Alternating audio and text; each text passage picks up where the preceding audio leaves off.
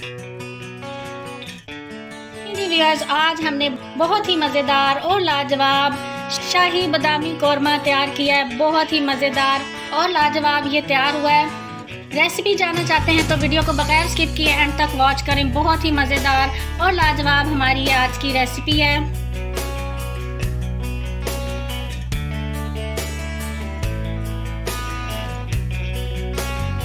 बिस्मिल्लाहिर्रहमानिर्रहीम। अस्सलाम वालेकुम व्यूअर्स, आज सनाज़ मेन्यू में हम बनाने जा रहे हैं मटन का कौरमा। तकरीबन 3.5-4 किलो के करीब हमारे पास मटन है। ये मैंने धो के तो काफ़ी देर तकरीबन 1 घंटे के लिए टोकरी में डाल के रखा था ताकि इसका सारा ब्लड और पानी अच्छी तरह से निकल जाए। इसके लिए कुछ हमने प्याज ले लिए, तकरीबन 4 से 5 हमारे पास प्याज हैं, लहसुन है हमारे पास, अदरक है, कुछ साबुत गरम मसाले हैं, दही है और कुछ चीज़ें जो कि हम साथ साथ ऐड करेंगे। बहुत ही मज़ेदार क्विक कौरमा हम तैयार करेंगे और बिल्कुल शादियों वाला देगी शाही कौरमा तैयार हो गया। बहुत ही मज़ेदार ये रेसिपी है। आपने रेसिपी को स्किप नहीं करना। रेसिपी में साथ साथ मैं आपको टिप्स एंड ट्रिक्स बताऊंगी जिससे कि बहुत ही मज़ेदार परफेक्ट कौरमा तैयार होता है। तो आइए हम टाइम ज़ाया किए बगैर अपनी रेसिपी शुरू करते हैं। सबसे पहले तो हम ये गोश्त किसी बाउल में डाल देंगे। हम इस मटन को मैरिनेट करेंगे। मैरिनेट करने के लिए आधा किलो हम इसमें दही डाल रहे हैं। 4 किलो गोश्त में आधा किलो दही जाएगा। ये आपने हिसाब याद रखना है। ये मेरे पास किलो है। इस आधा किलो में से भी 1 प्याली मैं बचा रही हूँ, वो मैं बाद में प्याज़ों के साथ ऐड करूँगी।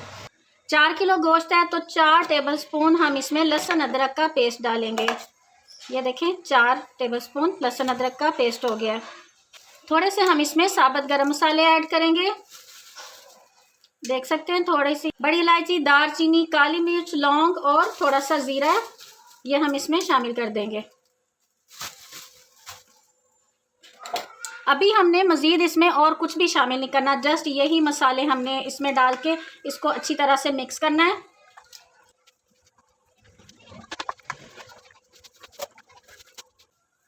अब मैंने एक ये प्रेशर कुकर ले लिया। आप चाहें तो आप पतीली में भी किसी में बना सकते हैं या कढ़ाई में। मैं अभी पहले इसको कुकर में थोड़ी देर के लिए गला लूँगी। मटन हम इसमें डाल देंगे। अच्छी तरह से सारा दही और मसाले डाल देंगे। मसाले अभी आपने सारे नहीं ऐड करने, यही कुछ टेक्निक्स हैं जिनको फॉलो करना है तो बिल्कुल आपका मज़ेदार सा शाही कौरमा तैयार होगा।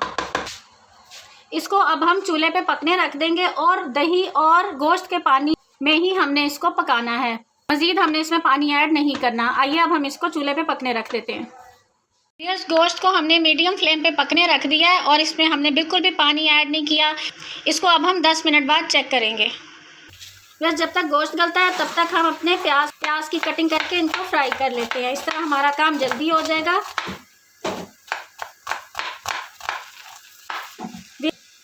व्यूअर्स, आपने वीडियो को स्किप नहीं करना, फुल वॉच करना है क्योंकि कुछ सीक्रेट इंग्रेडिएंट्स मैं इसमें शामिल करूंगी जिससे कि ये आम कौरमे से शाही कौरमा बनेगा। तो इसलिए आपने वीडियो को एंड तक वॉच करना है।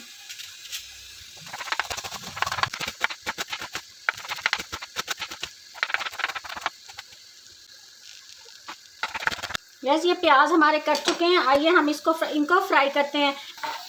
व्यूअर्स, ये तकरीबन 2 से 2.5 प्याली ऑयल है, ये मैंने इसमें शामिल कर दिया है। ऑयल ज़रा हम इसमें खुला डालेंगे क्योंकि ये शाही कौरमा है ना, तो शाही लोग जो होते हैं वो कंजूसी नहीं करते, ज़रा खुले दिल से चीज़ें डालते हैं। तो अब हम प्याज़ों को फ्राई कर लेंगे। तो शाही लोगों, आपने ऑयल तो खुले दिल से डालना पर प्याज खुले दिल से नहीं डालना, वरना आपका कौरमा जो है ना वो मीठा हो जाएगा। ठीक है, अब पहले मीडियम टू हाई फ्लेम पे हमने ऑयल को गर्म किया और हमने इसमें प्याज डाल दिए हैं। व्यूअर्स, पहले हमारा फ्लेम हाई था और ये आप देख सकते हैं प्याज हमारे हल्के कलर इनका चेंज होना शुरू हुआ है। अब हमने अपना फ्लेम मीडियम टू लो कर देना है, उससे हमारे प्याज जो है ना वो क्रिस्पी फ्राई होंगे। व्यूअर्स, अब हम आपको बताएंगे कि वो सीक्रेट इंग्रेडिएंट क्या है जो हमने इसमें शामिल करना है जिससे कि ये शाही कौरमा बनेगा। शाही कौरमे में एक्चुअली डाले जाते हैं काजू। काजू हर कोई अफोर्ड नहीं कर सकता, तो मैं आपको आज काजू का नेमुल बदल बताऊंगी कि काजू अगर आपके पास नहीं है तो आप क्या चीज़ ऐसी डालें कि जिसका टेस्ट बिल्कुल काजू वाला आएगा। तो ये आप देख सकते हैं, ये मेरे पास खसखस है। इसको मैंने रात को भिगो के रख दिया था। इसका आप पेस्ट तैयार करें और एक तरफ आप काजू का पेस्ट तैयार करें, दोनों का टेस्ट बिल्कुल एक जैसा होगा। तो ये मैंने रात को भिगोई हुई थी खसखस। इसको हम सबसे पहले नथार लेंगे। खशखाश में नीचे बहुत ज़्यादा रेत होती है। इसको मैं आपको निथारने का तरीका भी साथ बता देती हूँ। इसमें ये देख सकते हैं आप, नीचे कितनी रेत है, मिट्टी है। इसको हम एक दफ़ा फिर निथारते हैं। ये मैं गिरा देती हूँ। इसको हम एक दफ़ा फिर निथारेंगे तो इसके अंदर से और रेत निकलेगी। बस इसको इस्तेमाल करने का तरीका ये है कि इसको रात को भिगो के रखना है, फिर इसका पेस्ट तैयार होगा सही। ये देखें, ये दोबारा से इसमें से फिर रेत निकल आई। इसको अब हम एक दफ़ा और निथारेंगे ताकि और रेत निकले।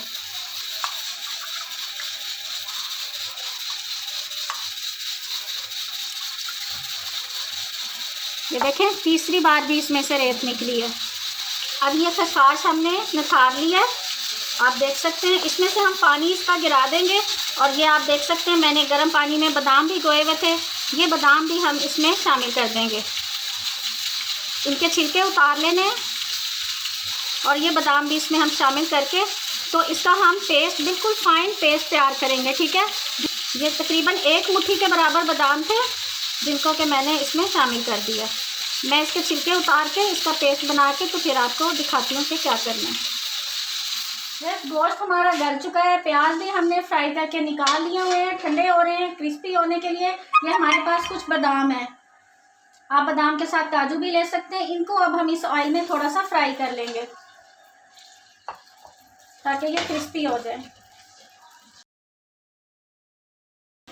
आप इसको अलग पैन में भी थोड़ा सा ऑयल डाल के फ्राई कर सकते हैं, लेकिन मैं इसी में कर रही हूँ क्योंकि बर्तन धोते मेरी बहुत जान जाती है, इसलिए मैं कोशिश होती है कि कम से कम बर्तनों में मैं खाना बना लूँ।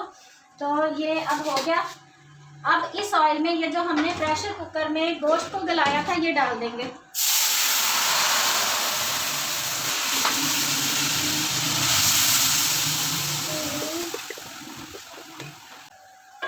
अब इसका जो एक्स्ट्रा पानी है उसे हम ड्राई कर लेंगे। आप देख सकते हैं कि हमने इसमें बिल्कुल भी पानी का एक कतरा भी शामिल नहीं किया था। ये गोश्त का और दही का पानी है जिसमें कि ये गोश्त हमारा गला है। और गोश्त को हमने बहुत अच्छी तरह नहीं गलाया, जस्ट हमने इसको 80% गलाया, क्योंकि कौरमे में भुनाई काफ़ी होती है, तो ये भुनाई के दौरान ही बाकी का भी गल जाएगा। अगर आप बीफ का बना रहे फिर आप इसको 95% गलाएंगे। अब ये मेरे पास कुछ मसाले हैं, आप देख सकते हैं। 3 टीस्पून नमक है, 2 टीस्पून हल्दी है और 3 टीस्पून ही मेरे पास सूख मिर्च का पाउडर है और 3 टीस्पून ही सूखा धनिया का पाउडर है और 8 से 10 मेरे पास छोटी इलायचियाँ हैं। अब इन मसालों को हमने एकदम से सारे ऐड नहीं कर देना, स्टेप बाय स्टेप हम इनको शामिल करेंगे। सूखा धनिया हम साइड पे कर देंगे और ये मसाले हम इस स्टेज पे इसमें शामिल कर देते हैं। सूखा धनिया अभी हम ऐड नहीं करेंगे। अगर आप इस स्टेज पे सूखा धनिया डालेंगे तो आपका कौरमा, उसका कलर अच्छा नहीं आएगा और काला काला हो जाएगा, इसलिए सूखा धनिया हमने अभी इसमें ऐड नहीं करना। नमक भी आपने देखा था कि पहले मैंने इसमें नमक नहीं शामिल किया गलाते हुए, अभी मैंने इस स्टेज पे नमक शामिल किया। व्यूअर्स आप ये देख सकते हैं प्याज हमने ब्राउन किए थे, ये हमारे ठंडे हो चुके हैं और क्रिस्पी हो चुके हैं। इसमें अब हम 1 प्याली दही की डाल के इसका पेस्ट तैयार कर लेंगे। एक पेस्ट हमने खशखाश और बादाम का बनाया और एक पेस्ट हम दही और प्याज का बना लेंगे। व्यूअर्स आप देख सकते हैं पानी काफ़ी हद तक ड्राई हो चुका है और हमारा गोश्त भी तकरीबन भुन चुका है। अब हम इसका ये दही और प्याज का जो पेस्ट बनाया, ये पेस्ट इसमें शामिल कर देंगे। अच्छी तरह से सारे बाउल साफ करेंगे, इसको मिक्स कर लेंगे। इसको मिक्स करते इसके साथ ही हम ये जो खशखाश और बादाम का पेस्ट था ये भी इसमें शामिल कर देंगे।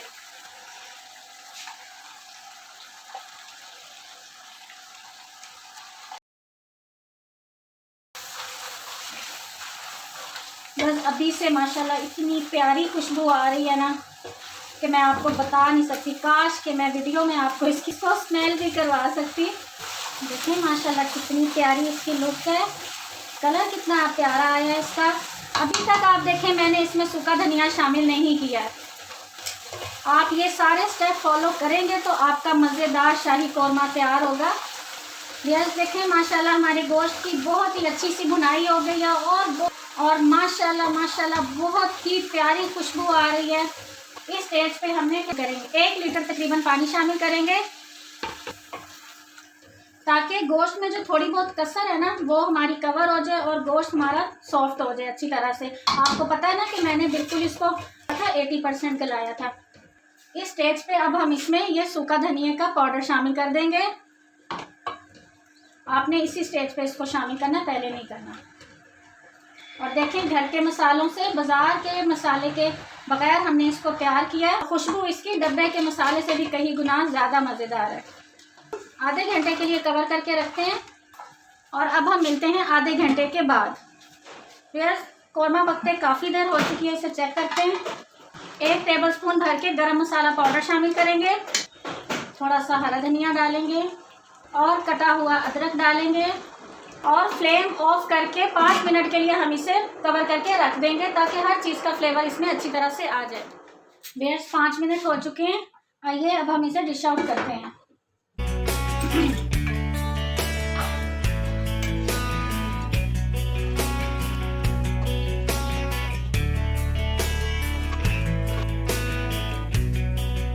हमारा मज़ेदार सा शाही बादामी कौरमा तैयार है। बहुत ही मज़ेदार और लाजवाब ये तैयार हुआ है। इसकी लुक और इसका जायका आम देगी कौरमा या शादियों वाले कौरमे से कहीं गुना ज़्यादा मज़ेदार है। मेरी ये रेसिपी ज़रूर ट्राई कीजिएगा। अगर आपको मेरी ये वीडियो पसंद आए तो मेरे चैनल को सब्सक्राइब करें, मेरी वीडियो को लाइक करें और एक अच्छा सा कमेंट करना हरगिज़ मत भूलिएगा। दुआओं में याद रखिएगा कि अल्लाह ताला अपनी रहमत और अपना करम हम पे ऐसे ही बनाए रखे और हम मज़े मज़े की रेसिपीज़ लेके आपकी खिदमत में ऐसे ही हाजिर होते रहें। अल्लाह हाफिज़।